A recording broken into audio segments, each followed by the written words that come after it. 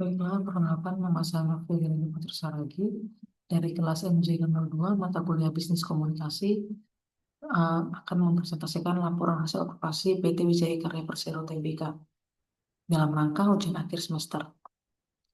Profil singkat perusahaan PT WK Gedung atau PT Wijaya Karya Bangunan Gedung Tbk adalah perusahaan konstruksi yang merupakan anak perusahaan dari PT Wijaya Karya.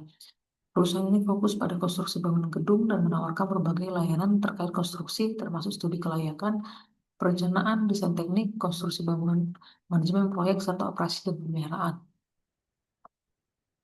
Sejarah singkat perusahaan berdiri pada tahun 1960 berdasarkan PP nomor 2 tahun 1960 dan SK Menteri PUTL nomor 5 tanggal 11 Maret 1960 dengan nama PNU Jaya Karya dengan bidang usaha instalasi air, listrik, dan air.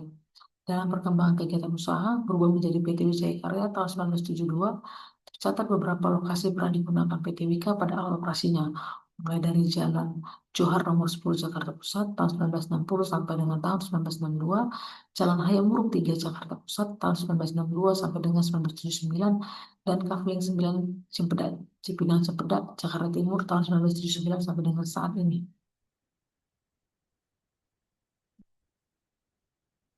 Profil perusahaan, nama PT Wijaya Karya Persero terbuka, alamat kantor Jalan DI Panjaitan Kavling 1910, Jakarta Timur 13340, alamat email dan telepon serta fax dan NPWP beserta situs web terlampir dan terlihat pada slide. Struktur organisasi PT Wika juga sudah saya tampilkan, ini saya ambil langsung dari web PT Wika-nya sendiri. Lanjut gambaran pola komunikasi. Pola komunikasi Wika menggunakan sistem komunikasi formal dan informal dalam menjalankan proyek dan operasional. Komunikasi vertikal antara manajemen dan karyawan dilakukan melalui rapat koordinasi, laporan berkala, dan sistem IT internal.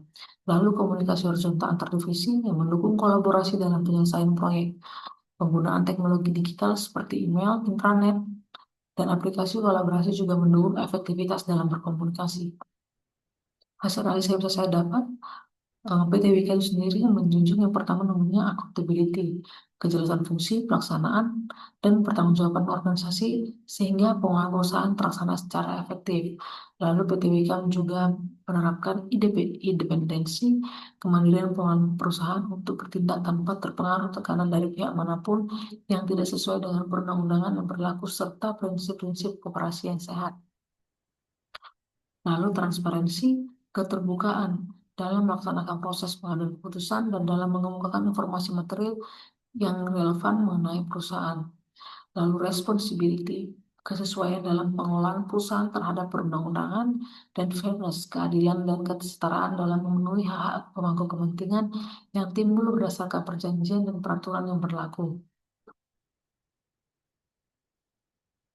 Hasil analisa yang bisa diambil, kekuatannya PT Wika itu sendiri, komunikasi formal yang terstruktur mendukung panggilan mutu, proyek, dan kepatuhan pada standar kerja.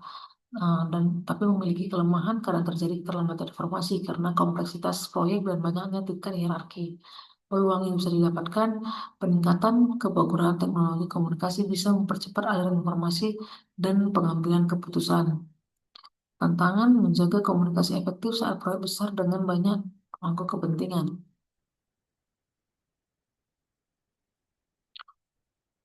Kesimpulan dan saran, kesimpulan yang bisa saya berikan pada presentasi ini, pola komunikasi di Wika sudah berjalan dengan baik dan mendukung operasional perusahaan, namun ada ruang untuk peningkatan di aspek kecepatan dan keterbukaan informasi. Saran yang bisa saya berikan, implementasi platform komunikasi terpadu yang real time untuk mempercepat koordinasi, pelatihan komunikasi bagi karyawan di semua level dan memperkuat komunikasi interpersonal, pengembangan budaya komunikasi terbuka agar informasi mengalir lebih lancar dan transparan. Bagi lampiran foto observasi sudah saya lakukan. Sekian dan terima kasih presentasi dari saya. Apabila ada kesalahan kata dan dalam saya mohon maaf. Terima kasih.